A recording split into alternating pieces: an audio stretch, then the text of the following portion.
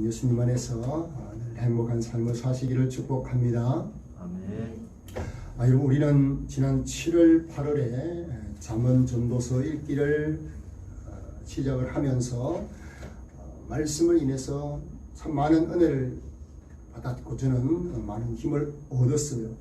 그 가운데 지금 우리의 상황에 꼭 맞는, 꼭 필요한 말씀이 오늘 본문이 아닌가 하는 생각이 들어서 오늘 곤고한 날을 사는 지혜라는 제목으로 하나님의 말씀의 은혜를 나누려고 합니다.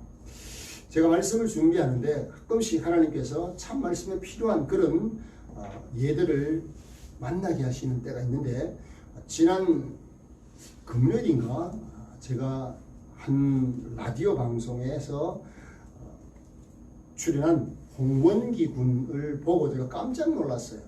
제가 여러분들에게 소개했던 그런 프로제리아라고 하는 병을 앓고 있는 그런 청소년인데, 프로제리아는 조로증입니다. 10살이 되면 성장이 멈추고 늙어가는 겁니다.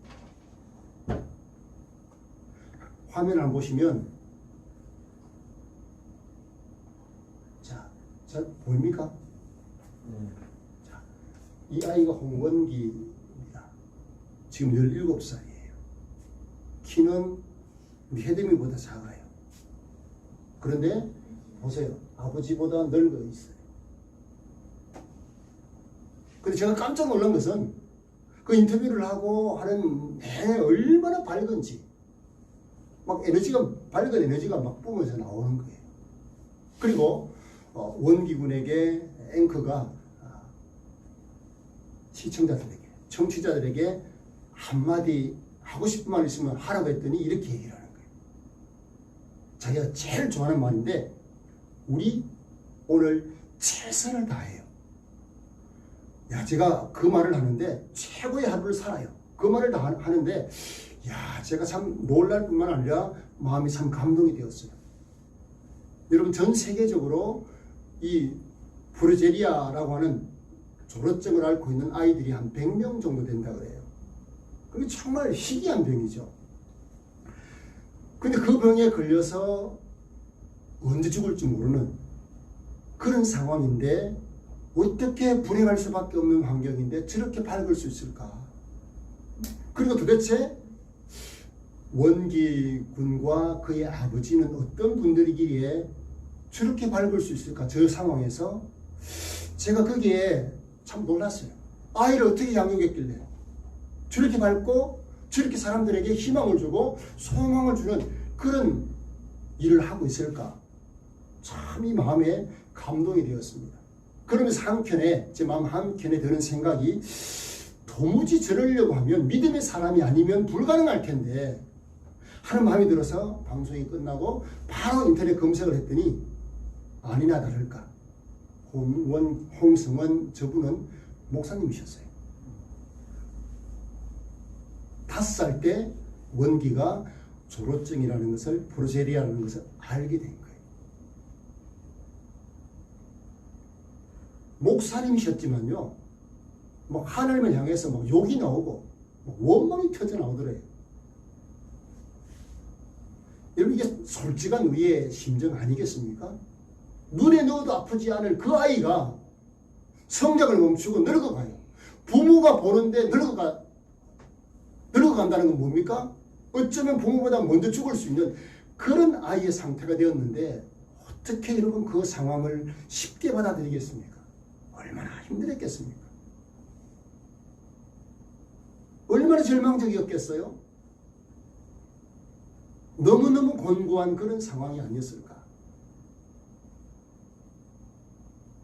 사실 여러분, 우리 중에도 육신의 인연의 감 때문에 곤고한 상황에 놓여서 버거운 하루를 살아가는 분도 있을 것이고, 또 남들에게 말 못할 그런 어려움과 불확실한 미래 때문에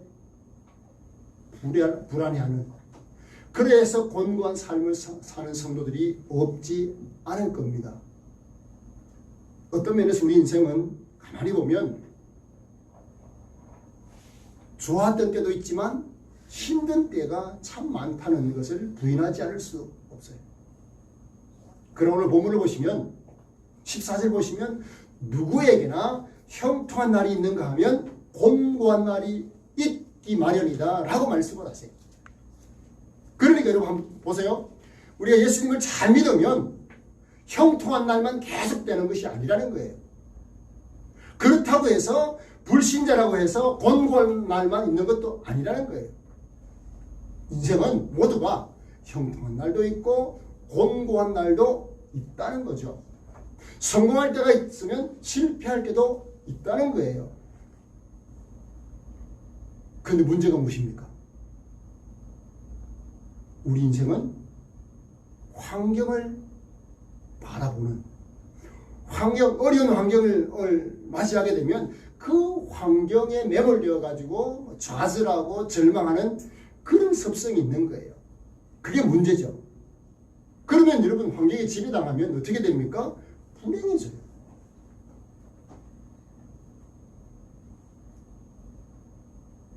그래서 여러분 우리가 예수님을 믿는 그리스도인으로서 하나님의 자녀로서 환경을 어떻게 받아들이느냐, 형통한 환경, 곤고한 환경 어떻게 받아들이느냐, 이건 너무너무 중요한 거죠. 얘들아 가만히 앉아있어. 미안해. 기도로 예배 드려야 되잖아. 우리 주일 앞에 예배를 못 드렸는데. 목사님 보고 말씀을 들어요. 조금 어려워도 잘 들어요. 여러분에게 너무너무 도움이 되는 말씀이에요. 우리 친구들이 성장이 멈추고 늙어가는 프로젝트가 그런 병은 아니지만 앞으로 살아가면서 어려운 일들을 얼마든지 당할 수 있어요. 그럴 때 여러분 우리가 이 원기군처럼 그의 부모님들처럼 그 어려운 환경을 어떻게 극복할 것인가, 또 우리가 하나님의 자녀로서 이 곤고한 날들을 어떻게 대처하며 살 것인가, 그것을 이겨낼 비결은 무엇인가. 저는 오늘 본문이 우리에게 그 비결을 가르쳐 주시는 말씀이라는 확신을 갖습니다. 여러분 갑자기 곤고한 날이 찾아오면 믿음의 사람답게 사는 지혜가 오늘 본문 말씀에 담겨 있기 때문에 그래요. 그 지혜가 뭔가? 그것은 인생의 주관자가 하나님이시라는 확고한 믿음을 갖는 겁니다. 내 인생의 주관자는 하나님이시다. 자, 13절 한번 보세요. 다시 한번 같이 읽어보십시다. 시작. 하나님께서 행하시는 일을 보라. 하나님께서 굳게 하신 것을 누가 능히 곧게 하겠느냐. 아멘. 무슨 말입니까? 하나님이 행하시면 막을 수 없다는 거예요. 하나님이 굳게 하신 것을 곱게 펼 수가 없다는 거예요. 왜? 하나님은 절대자이시고 절대 주권자이시기 때문에 그렇다라고 말씀을 하세요. 여러분 분명한 것은 우리를 향한 하나님의 간섭, 하나님의 주권은 절대적입니다. 그것을 바꿀 사람은 없어요. 하나님은 전능자이시기 때문에 바꿀 수가 없어요. 그래서 하나님의 주권에 대해서 성경은 여러 곳에서 말씀을 하고 있습니다. 신명기 4장 39절에 보면 여호와 하나님이 천하에 홀로 계시는 절대주권자라는 것을 말씀을 하시는데, 자 화면을 보시고 같이 한번 읽어보시죠. 시작. 그런즉 너는 오늘 위로 하늘에나 아래로 땅에 오직 여호와는 하나님이시요 다른 신이 없는 줄을 알아 명심하고. 아멘. 하나님이 홀로 계시는 절대자라는 것입니다. 하나님밖에 없다는 거죠. 그리고 역대상 29장 11절 여호와여 위대하심과 권능과 영광과 승리와 위엄이 다 누구에게 속했다고요? 주께 속하였사오니. 자, 같이요. 천지에 있는 것이 다 주의 것이로소이다. 여호와여 주권도 주께 속하였사오니 주는 높으사 만물의 머리시이니이다. 아멘. 모든 것이 주님께 속해 있다. 왜 그렇습니까? 하나님이 천지 만물을 창조하셨기 때문에 다 그분의 것이라는 거예요. 그래서 모든 주권이 하나님께 달려있다. 그리고 여러분 에베소 1장 11절에도 모든 일을 그의 뜻에 결정대로 일하시는 이의 계획을 따라 우리가 예정함을 입어 그 안에서 기업이 되었다라고 말씀을 하세요. 이 모든 것은 하나님이 우리의 절대 주권자, 우리의 인생을 이끌어 가시는 주권자라는 사실을 말씀을 하시는 겁니다. 그러므로 가장 지혜로운 사람은 어떤 사람이냐? 이 절대자이신 하나님을 인정을 하고 그분의 손에 내 인생을 맡기는 거예요. 자, 불완전한 나의 지혜를 가지고 내 인생을 이끌어갈 것이냐? 여러분 한번 생각해 보세요. 전능하신 하나님, 그리고 모든 것을 아시는 하나님, 그분께 내 인생을 맡기고 살 것이냐? 여러분 누가 지혜롭습니까?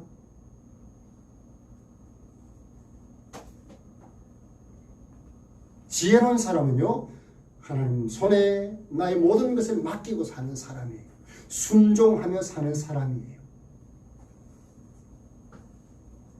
그런데 여러분, 절대자 되신 하나님은 우리가 무엇을 하느냐보다 어떤 사람이 되느냐에 관심이 많아요. 다시 말씀드립니다. 우리가 무슨 일을 하느냐, 그것보다 어떤 사람이 되기를 원하시는가. 하나님은 하나님을 믿고 하나님을 인정을 하고 하나님께 순종하는 하나님의 자녀가 되기를 원하시는 줄 믿습니다. 아멘이십니까? 아멘. 하나님께 순종하는 자를 원하시는 거예요.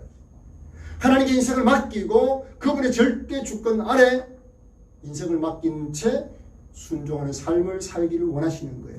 그래서 하나님께서 오늘 우리에게 베푸시는 두 가지 사랑의 배려가 오늘 본문에 나와요. 그게 뭔가 하면 첫 번째가 형통한 날과 곤고한 날을 병행하게 하셨다는 거예요. 자, 14절 다시 한번 보시죠. 자, 14절. 형통한 날에는 기뻐하고 곤고한 날에는 되돌아보아라. 이 두 가지를 하나님이 병행하게 하사. 그렇게 말씀합니다. 누가 그렇게 하셨다고요? 형통한 날과 곤고한 날을 병행하게 하신 분이 누구라고요?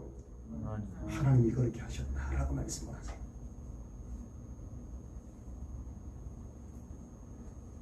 그러니까 인생은요, 형통한 삶만 사는 사람도 없고 곤고한 삶만을 사는 사람도 없다는 거예요.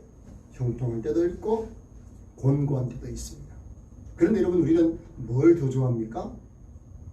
형통한 날을 더 좋아하죠. 그래서 형통한 날을 사모해요. 늘 여러분, 우리 기도가 형통에 머물면 안 돼요. 어떻게 나가야 되느냐? 하나님, 내가 어떤 환경에 처할지라도 하나님의 은혜 안에 살게 하여 주옵소서. 할렐루야. 아멘. 이런 기도가 필요해요. 잘못하면요, 어린아이처럼 하나님 이것도 잘 되고 저것도 잘 되고 모든 것 잘 되게 해주세요. 모든 것 잘 되면 어떤 문제가 생긴 줄 아세요? 예수님이 어리석은 부자를 향해서 뭐라고 말씀하십니까? 부자가 이렇게 얘기하죠. 풍성한 추수를 한 이후에 창고를 여러 개 지어가지고 곡식을 가득 채워놓고 뭐라 그럽니까? 내 영혼아, 여러 해 쓸 것을 저렇게 저장해 놓았으니까 이제부터는 평안히 쉬고 먹고 마시고 즐기자. 여러분, 인간이요, 형통하면 이렇게 변질됩니다. 너나 없이 큰 소리 치면서 자만에 빠지고 교만에 빠지는 거예요. 하나님 없이도 살 수 있는 것처럼 그런 인생이 되는 것이죠. 그러다가 결국 어떻게 됩니까? 짐승처럼 타락해 버립니다. 하나님은 이런 사태를 원치 않으시는 거예요.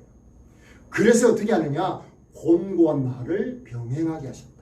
형통한 날도, 좋은 날도 있지만 힘들고 고통스러운 날도 겸하여서 함께 주신다라고 말씀을 하시는 거예요.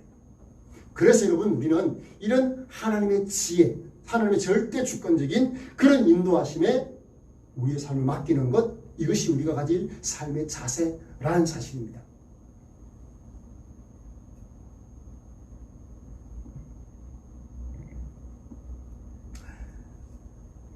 문제는 우리 인생들이 그럼에도 불구하고 형통을 추구하다가 어떻게 됩니까?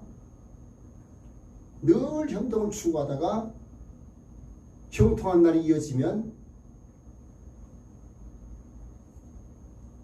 끝이 불행으로 이어지는 것을 볼 수 있어요.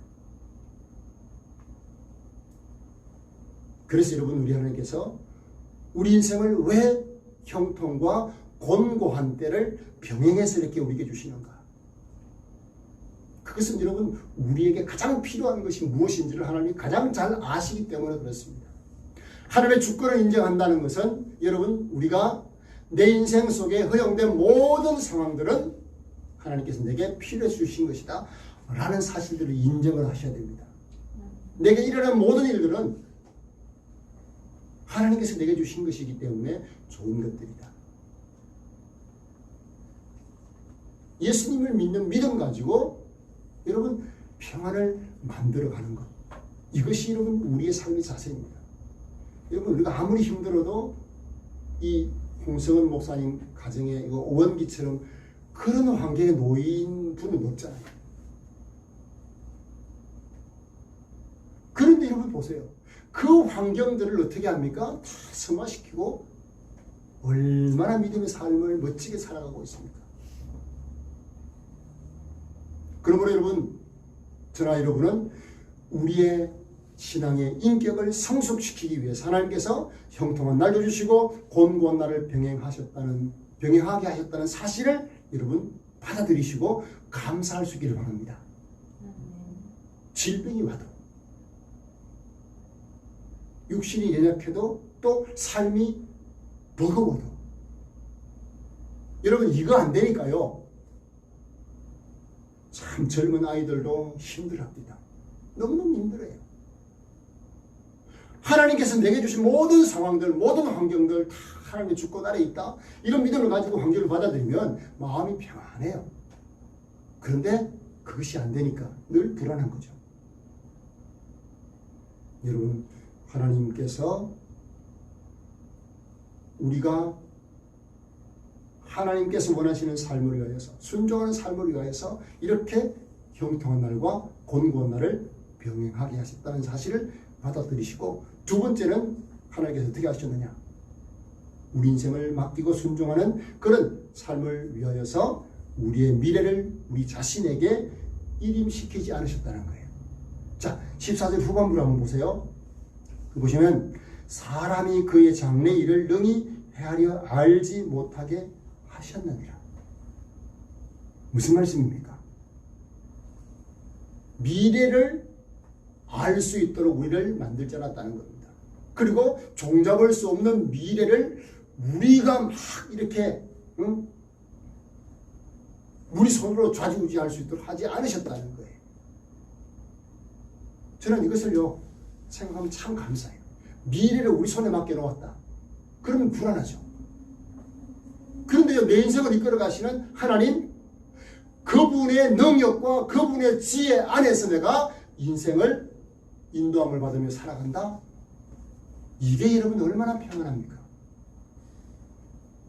이게 여러분 믿음이 주는 능력이에요. 내 것이 아니기 때문에 미래를 놓고 불안해할 필요가 없다는 거예요. 하나님이 인도하실 것이다. 그 믿음이 있으니까 하나님 손에 맡기고 믿음으로 내게 앞으로 다가올 미래들을 주님께 맡기는 그런 믿음. 여러분 이게 우리를 얼마나 든든하게 만들어줍니까? 그런데요, 어떤 일이 일어날지 모르는 불안한 미래를 내 손에 의해서 내가 결정하며 살아간다? 그게 여러분 너무 무거운 거예요. 그래서 인생이 불행한 거예요.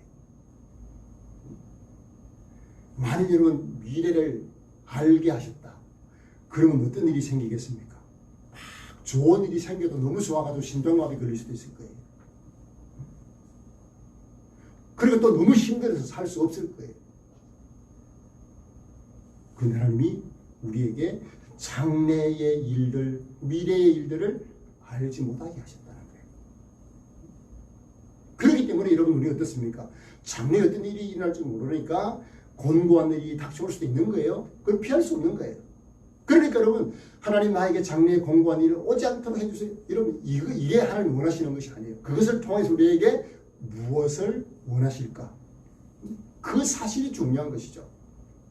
그래서 여러분 우리가 피할 수 없는 곤고한 날들이라면 우리가 어떻게 그것을 받아들이고 어떻게 그것을 살아내는, 믿음의 사람답게 살아내는 지혜가 필요할까? 자, 오늘 본문은 우리에게 뭐라 말씀하는가 하면 14절을 보시면, 다시 보시면 형통한 날에는 어떻게 해요? 기뻐하래요. 곤고한 날에는 되돌아보아라. 그렇게 말씀을 하세요. 자, 여기서 여러분 형통한 날에 기뻐하는 것은 하나님께서 나에게 형통한 날을 주셨구나 기뻐하면서 감사하는 것이죠. 그리고 곤고한 날에는 되돌아보라. 그렇게 말씀해요. 자, 여기서 여러분 되돌아본다는 것이 어떤 의미인가 하면 깊이 생각해 보라는 거예요. 곤고한 날을 맞이하면 깊이 생각해 보라. 여러분 사람이요, 어려움이 없거나 결핍이 없으면 사람이 성숙해지지 않아요. 결핍을 당하지 않은 요즘 아이들 보세요. 옛날 사람들만큼 어려움들을 잘 헤쳐내지를 못해요. 조금만 어려움이 닥쳐도, 조금만 서러워도 어떻게 합니까? 조금만 힘들어도 그냥 스스로 목숨을 끊어버려요. 이게 여러분 결핍을 경험하지 못한 사람들의 아픔이에요. 결핍을 우리가 경험하면 어떻게 됩니까? 그 결핍 때문에 무엇이 중요한지를 알게 돼요. 그리고 인생의 연약함을 알게 되면서 오히려 절대자 하나님을 더 믿음으로 신뢰하며 살아갈 수 있게 되는 것이죠. 자, 그런 의미에서 여러분 곤고한 날에는 되돌아보아라. 깊이 생각하라는 겁니다. 깊이 생각하라. 이거는 뭡니까? 마음의 태도를 말하는 거죠. 깊이 생각한다는 것은 이 곤고한 환경을 놓고 마음의 태도를 결정을 하라는 겁니다. 이 곤고한 상황들을 내가 어떻게 대처할 것인가, 어떻게 이겨낼 것인가 깊이 생각한다. 이 생각해야 될 것들을 제가 한 5가지로 한번 정리를 해보았어요. 어떤 생각을 가져야 되는가 하면 이런 어려움은 나만 당하는 일이 아니다. 맞아요? 틀려요? 나만 당하는 게 아니에요. 나만 당한다 그러면 억울하고 힘들어서 못 살아요. 근데 세상 사람도 다 그래. 가만히 보세요. 아무리 큰 부자들도 다 어려움 당하며 살아요. 그래서 나만 당하는 어려움이 아니다. 이런 생각을 바로 잡으셔야 돼요. 이 생각을 잡으셔야 돼요. 또 하나, 우연한 일이 아니라는 생각이에요. 하나님께서 우리에게 주시는 모든 상황들은 곤고한 상황까지도 하나님께서 나의 유익을 위해 주시는 것이라는 사실을 여러분이 하는 목적을 아셔야 된다는 겁니다. 자, 그리고 세 번째는 뭔가 하면 나쁜 것이 아니라는 거예요. 그 곤고한 것이. 저는 늘 가슴에 담고 좋아하는 말씀 중에 하나가 로마서 8장 28절이에요. 뭡니까?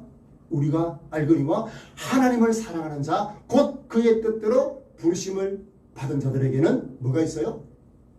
모든 것이 합력하여 선을 이룬다. 할렐루야. 아멘. 여러분 이 말씀을 한번 가만히 놓고 보세요. 하나님을 사랑하는 자 곧 그의 뜻대로 부르심을 받은 자들은 어떤 자들입니까? 예수 믿는 자들이에요. 모든 것이 합력하여 선을 이룬다. 여러분 형통한 일도 곤고한 일들도 합력하여 선을 이룬다. 이것을 여러분 믿음으로 받아들이고 생각하는 거예요. 받아들이는 거죠. 곤고한 때에. 이런 원기 부모님이 그러지 않았겠어요? 그래서 이겨낸 거예요. 여러분 욥도 한번 보세요. 여러분 욥이 어땠습니까? 그 많던 재산들, 그 많던 자녀들 하루아침에 다 잃었어요. 하나 남은 아내도 남편을 저주하고 떠나가 버렸어요. 그리고 자기 육신은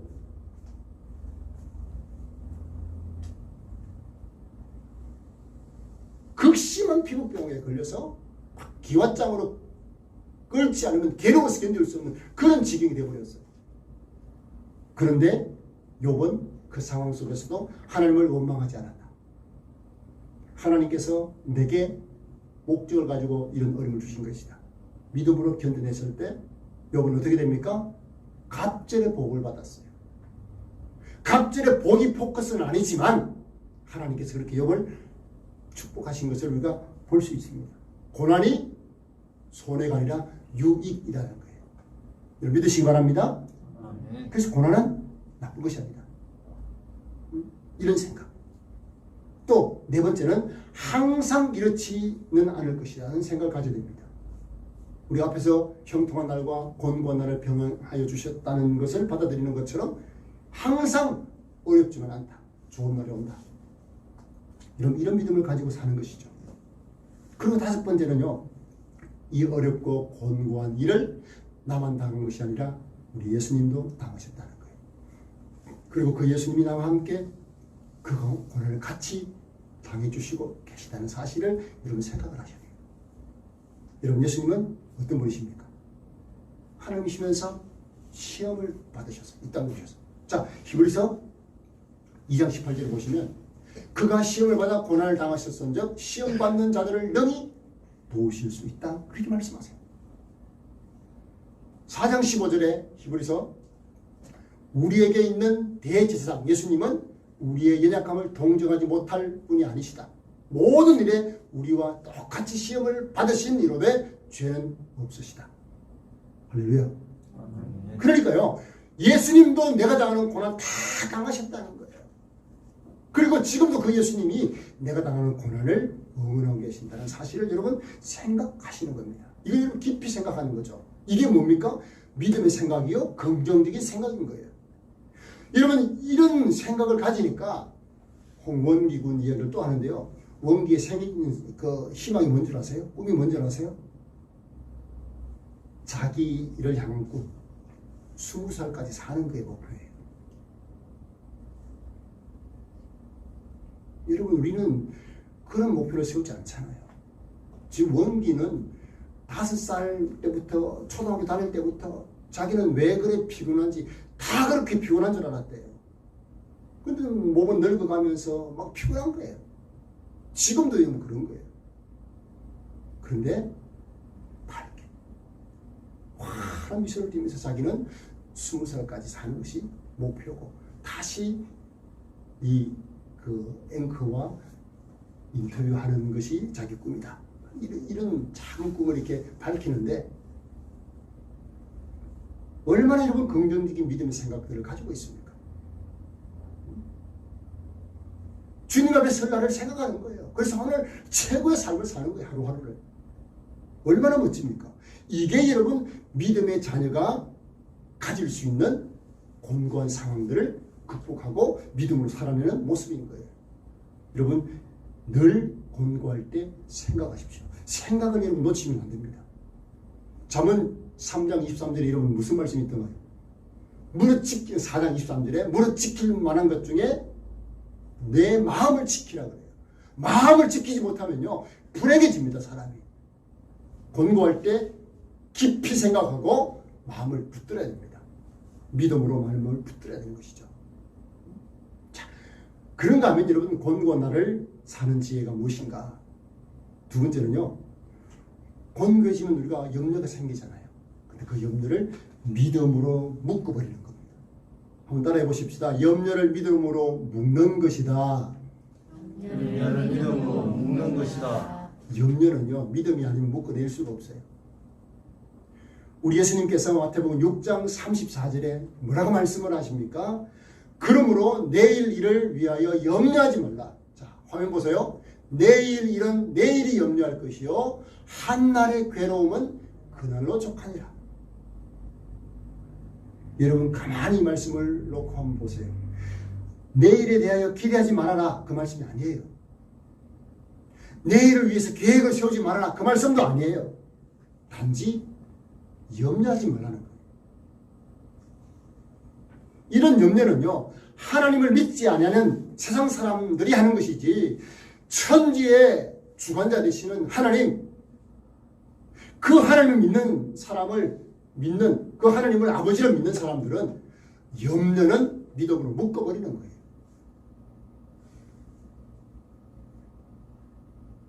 그래서 여러분, 예수님도 우리에게 기도를 가르치시면서 뭐라 말씀하셨어요? 뭐라 가르치셨어요? 우리에게 일용할 양식을 주셨고, 하나님 내일 양식까지 주셨고, 그렇게 그런 기도하지 하라고 가르치지 않았어요. 오늘 먹을 양식을 하나님 주십시오, 그렇게 기도하라고 가르쳤어요. 무슨 말입니까? 오늘 하루 최선을 다해서 하루를 살 것처럼 그렇게 살아라. 내일 일 염려하지 마. 그건 내일 가서 염려하고 염려하지 말아라, 그렇게 말씀하는 거예요.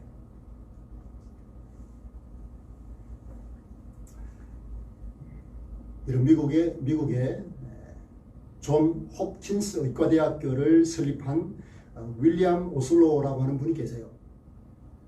이분이 의과대학을 설립을 하고 존경받는 교수로 성공할 수 있었던 비결은 풋내기 의대생이었을 때 그가 우연히 읽게 된 토마스 칼라일의 짧은 글 한 토막 때문이었다 그래요. 그 당시 자기가 앞날을 생각하면서 불안했다는 거예요. 너무 불안하고 너무 걱정 때문에 고민이 많았다는 거예요. 그런데 그의 말을 읽고 딱 마음을 잡았다는 겁니다. 그게 뭔가 하면 우리의 중요한 일은 먼 곳에서 희미하게 보이는 것을 보는 것이 아니라 눈앞에 똑똑하게 보이는 일을 하는 것이다. 다시 말하면 뭔가 하면 희미하게 보이는 내일을 염려하지 말고 늘 오늘의 최선을 다해서 살라는 그런 의미의 글이었어요. 오슬로가 그렇게 산 거예요. 그렇게 살고 그가 유명한 그런 성공한 인사가 되었을 때 그가 예일대학교에서 학생들에게 연설을 하면서 아주 명대사를 남겼어요. 이런 겁니다. 미래는 즉 오늘이다. 미래는 다른 게 미래가 아니라 오늘이라는 거예요. 여기에 내일이란 없다. 내일이란 없다. 사람이 구원받을 수 있는 날은 바로 오늘이지 내일이 아니다. 얼마나 멋진 말입니까?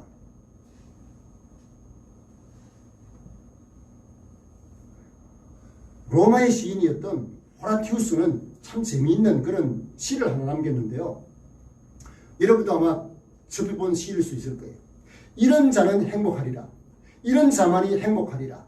오늘이 자기의 날이라고 말할 수 있는 자만이 행복하리라. 마음의 자신감을 가지고 내일이야 될 대로 되려무나 하여간 나는 오늘을 살았노라. 고 말하는 자가 행복하리라. 자신있게 말하는 자가 행복하리라. 여러분 한마디로 표현하면 이 시는 뭔가 하면 내일 일을 염려하지 말라는 거예요. 그냥 오늘 최선을 다해서 살아라. 원기군이 그렇게 사람들에게 던지고 싶은 말도 오늘 최선을 다해서 최고의 삶을 하루를 삽시다. 그거 아닙니까? 하나님을 모르는 사람들에게는 이게 잘 되지 않을 수 있겠지만 하나님 믿는 사람들은요 오늘 하루를 최선을 다해서 최고의 날로 그렇게 여러분 사시는 것이죠. 그래서 염려하지 않고 주님께 맡기는 믿음으로 맡기는 믿음으로 염려를 묶어버리는 그런 삶을 사는 것입니다. 이건 단순한 어떤 심리적인 요법이 아니에요. 그냥 내일 일을 걱정하지 말아야지 막 심리적으로 자기를 막 자기 체면을 걸고 그게 아니라는 거예요. 내 인생길을 다 아시고 인도하시는 그 하나님의 그 지혜에 내 인생을 맡기고 사는 거예요. 그게 여러분 우리가 곤고한 날을 사는 지혜라는 사실을 여러분 기억하시기 바랍니다. 저는 여러분 누굽니까? 예수 그리스도를 믿어서 하나님의 자녀된 자들 아닙니까? 예수 믿는 자들 아닙니까? 그 예수님 우리에게 염려하지 말라.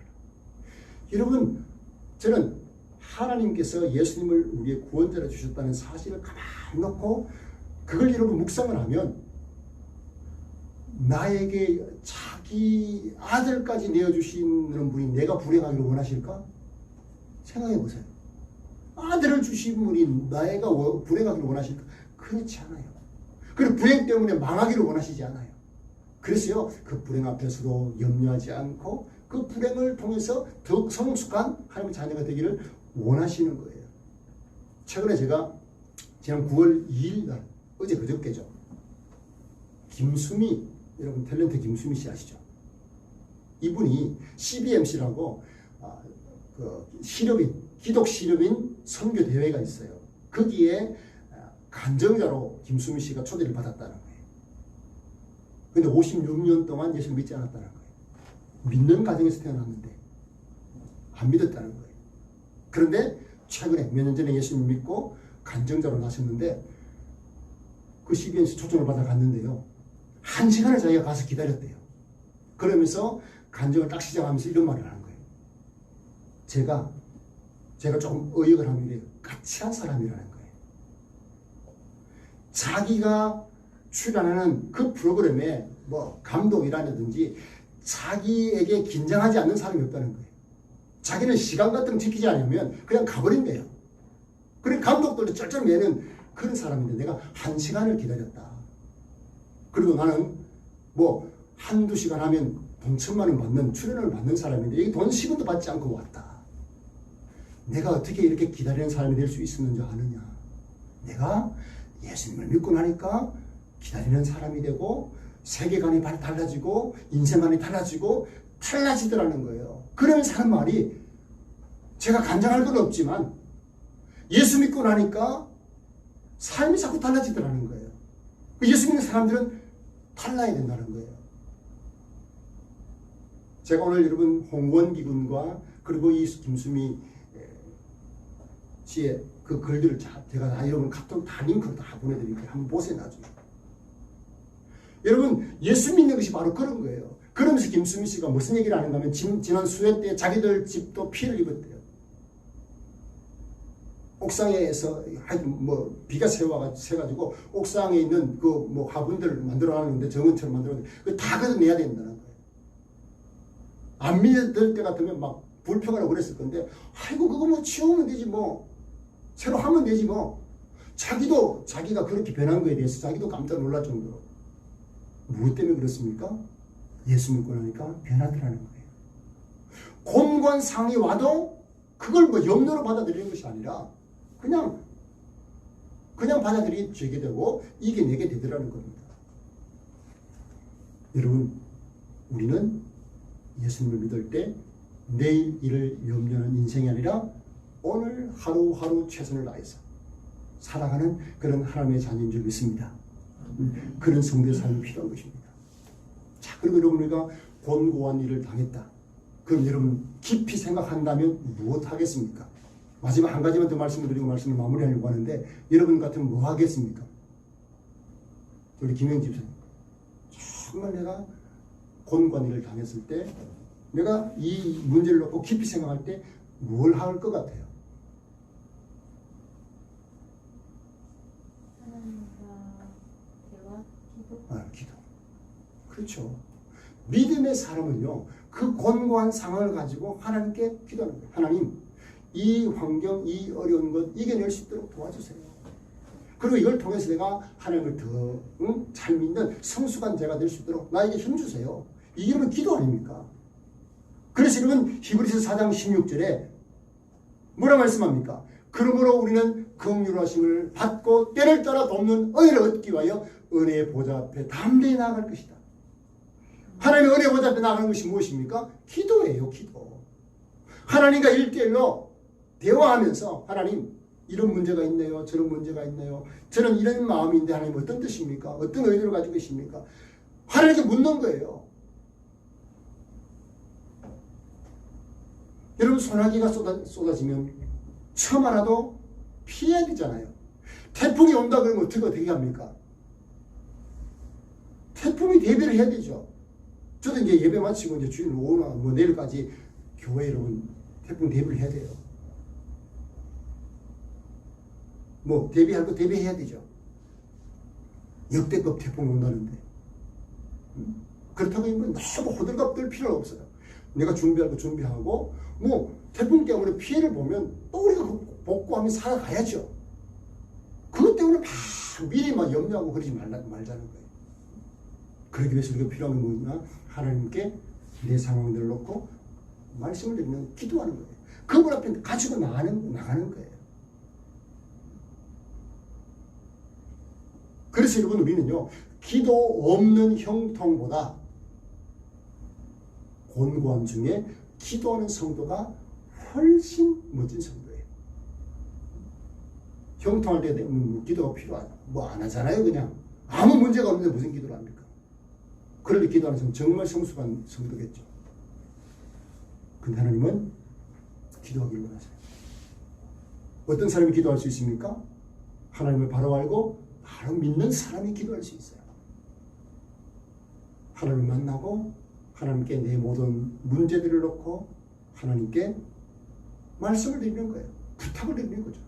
하나님의 뜻을 알기를 원하고 하나님께서 어떻게 이루어갈 것인지에 대한 답을 얻는 것이죠.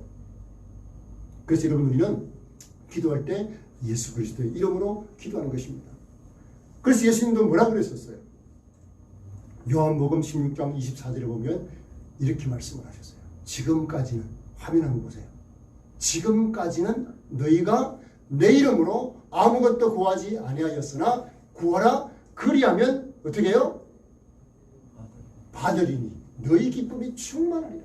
기도하면 기도하는 대로 받는다는 거예요. 그래서 우리 기쁨이 충만하게 될 것이다 라고 말씀합니다. 예수님의 이름으로 기도하는 것이 이래서 중요한 것입니다. 여러분 사도 바울 같은 인물을 보십시오. 그가 얼마나 권고하는 일이 많았습니까? 빌립보에서 귀신 들린 그 여종을 고쳐주고는 그것 때문에 어떻게 됩니까? 주인에게 고발당해가지고 그렇게 감옥 가지 않습니까? 억울하지 않습니까? 근데 그 감옥에서 뭐합니까?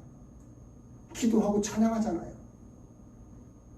그랬더니 옥문이 막 스르 열리고 거기는 간수가 예수님을 믿게 되고. 여러분 바울이 사역을 하면서 얼마나 어려운 일을 많이 당하는지, 그리고 감옥에 갇히면서 쓴 이 성경이 에베소서, 빌립보서, 골로새서, 빌레몬서, 감옥에서 쓴 성경들이에요. 근데 그 주제들이 보면 대부분요, 주 안에 항상 기뻐하라. 빌립보서에 나와요. 여러분 감옥에서 기뻐하래요. 이게 자기가 기뻐하지 않으면서 어떻게 그게 되겠습니까? 근데 바울이 그렇게 기뻐한 거예요. 그 곤고한 상황 속에서도 하나님께 기도하면서 그 모든 상황들을 이겨내는 그런 모습을 우리가 볼 수 있지 않습니까? 그래서 여러분 우리는 바울이 정말 귀하게 우리에게 붙들 말씀을 준 것, 제가 아까도 말씀드렸던 로마서 8장 28절 다시 한번 읽어보셔요. 그 로마서 8장 28절 무엇입니까? 하나님을 사랑하는 자, 곧 그 뜻대로 부르심을 입은 사람들에게는 모든 것이 합력하여 선을 이룬다. 여러분 이 말씀 붙들고 사시기 바랍니다. 아멘. 이 말씀을 붙들고 그가 바울이 고백한 거예요. 아무리 권고한 날도 하나님께 주신 그 권고한 날에 깊이 생각을 하면서 남은 당하는 것도 아니고, 그리고 이것이 나에게 손해 나는 것만도 아니고 유익이다. 예수님이 당하신 고난이고, 그리고 이 고난을 통해서 하나님께서 나에게 더 좋은 것을 줄 것이다. 이런 생각들을 가지고 우리가 살아가는 것입니다. 홍원기군과 홍성은 그 목사님이요, 전 세계에 있는 100여 명의 프로제리아 환자들을 위한 치료제를 만드는 일에 자기의 생을 이렇게 희생을 하려고 하더라고요. 얼마나 귀합니까? 그 일로 인해 가지고 전 세계에 있는 그런 그 프로제리아 환자들이 만나는 그런 일들이 있나 봐요. 그래서 사회단체들과 이렇게 협력을 해서 치료제를 만들고 치료하는 그런 일들을 하는 일에, 그 일들을 통해서 예수님을 전하는 일에 인생을 바치려고 하는 모습을 봅니다. 여러분 이것이 오히려 곤고한 그 상황들을 전화위복시켜서 하나님의 복음 전하는 일로 성화시키는 그런 믿음의 삶을 살아내는 모습들을 보십시오. 그것이 여러분 우리 믿는 성도의 모습인 것입니다. 저와 여러분의 모습인 거예요. 그러므로 여러분 곤고한 일이 온다 할지라도 염려하지 마십시오. 아멘이십니까? 믿음으로 염려를 맡기십시오. 그리고 내일 일들은 염려하지 말아라. 맡기고 하나님께 맡기고, 그리고 하나님과 늘 기도하면서 하나님과 동행하는 그런 멋진 성도의 삶을 살아내는 저와 여러분 되시기를 주님의 이름으로 축복합니다. 자, 우리 찬양 드리십시다. 312장입니다.